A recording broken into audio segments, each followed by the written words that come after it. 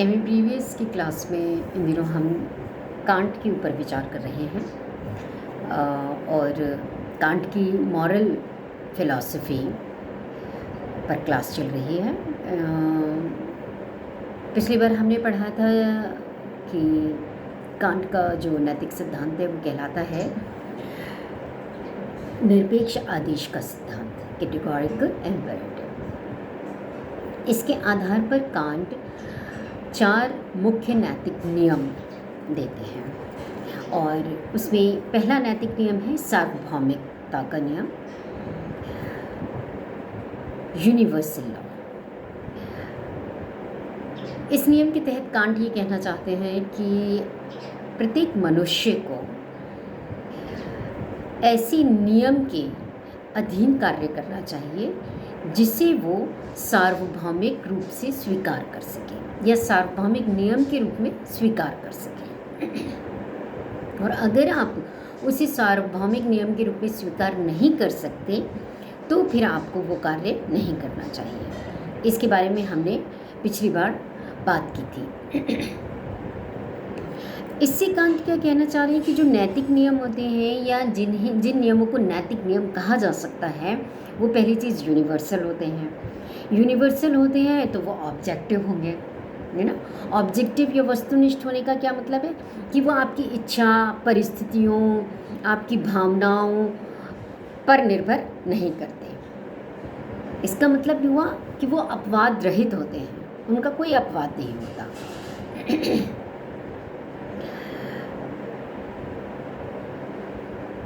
मैं अपने लिए या अपनों के लिए ये नहीं कह सकती कि नहीं मुझे तो कभी कभी झूठ बोल देना चाहिए, या मेरे अपना कोई किसी परेशानी में फंस गया है तो उसे झूठ बोल देना चाहिए। तो फिर लोग मुझसे भी झूठ बोलेंगे, वहाँ पे मुझे परेशानी होगी। तो मैं क्या चाहूँगी कि दूसरे लोग मुझसे सच बोलें, लेकिन मेरी अगर परिस्थिति ऐसी हो तो मैं झूठ बोलती हूँ। कांट इसको पूरी तरह से नकारते हैं, इनकार करते हैं।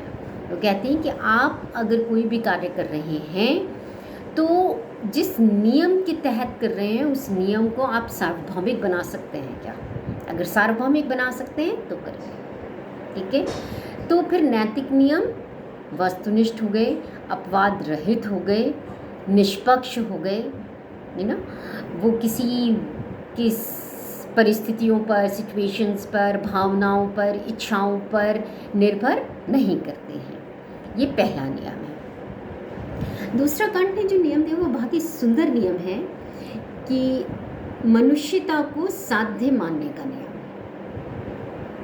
इसका मतलब ये है कि हम मेरे अंदर या दूसरों के अंदर जो मनुष्यता निहित है उसे साधन नहीं मानकर साध्य मानने और उसके अनुसार कार्य करें। तब फिर अगर इस नियम को हम मानते हैं तो फिर कोई भी मनुष्य अपनी इच्छाओं की पूर्ति के लिए किसी दूसरे व्यक्ति को साधन नहीं बना सकता, है ना। कोई भी दूसरा व्यक्ति भी मनुष्य है और उसमें जो निहित मनुष्यता है वो साध्य है। तो मैं अपनी इच्छाओं की, मैं अपनी खुशियों के लिए, अपनी भावनाओं को या इच्छाओं को पूर्ति के लिए उसको साधन के रूप में इस्तेमाल नहीं कर सकती। जैसे तब फिर गुलामी, दूसरे को आपने गुलाम बना लिया, जो कि पहले काफ़ी प्रचलित था और अभी भी कुछ समाजों में है कि दूसरे मनुष्य को हम बंधुआ मजदूर बना लेते हैं, गुलाम बना लेते हैं, अपना स्वार्थ साधते हैं। तो इस नियम के अनुसार ऐसा कार्य करना कांट की दृष्टि से अनैतिक है।